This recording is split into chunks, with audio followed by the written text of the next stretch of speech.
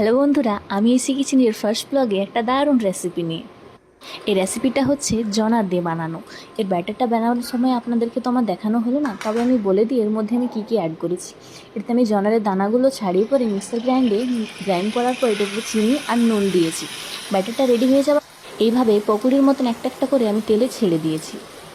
আর এইগুলো একটু golden brown হয়ে যাবার পর আমি তুলে নেব। এদিকে ঠাকুমা এসেছিলো আমাকে জিজ্ঞেস করতে যে বানানো হলো কি না।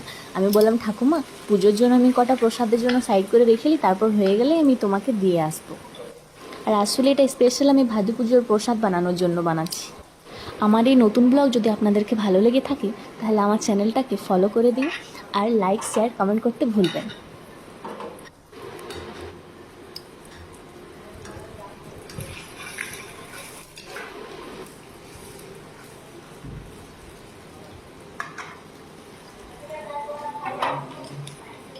আর আমাকে কমেন্ট করে জানাও যে আমার মতন কে কে এভাবে নোংরা গ্যাসে খাবার বানাতে পছন্দ করো না। আমার যেমন একটু কিছু পড়লেই মনে হয় মুছে পরিষ্কার করে নিই।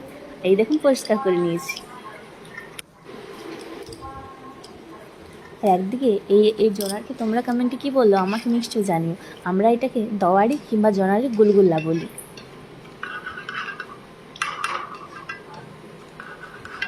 এই দেখুন এগুলো কি সুন্দর গোল্ডেন ব্রাউন হয়ে রেডি হয়ে গেছে। এগুলোকে আমি তুলে নিচ্ছি।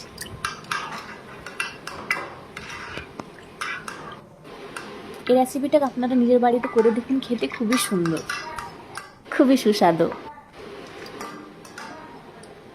এই দেখুন এর কালারটা দেখুন কি সুন্দর লাগছে, আর এত ক্রিস্পি হয়েছে কি বলবো আর।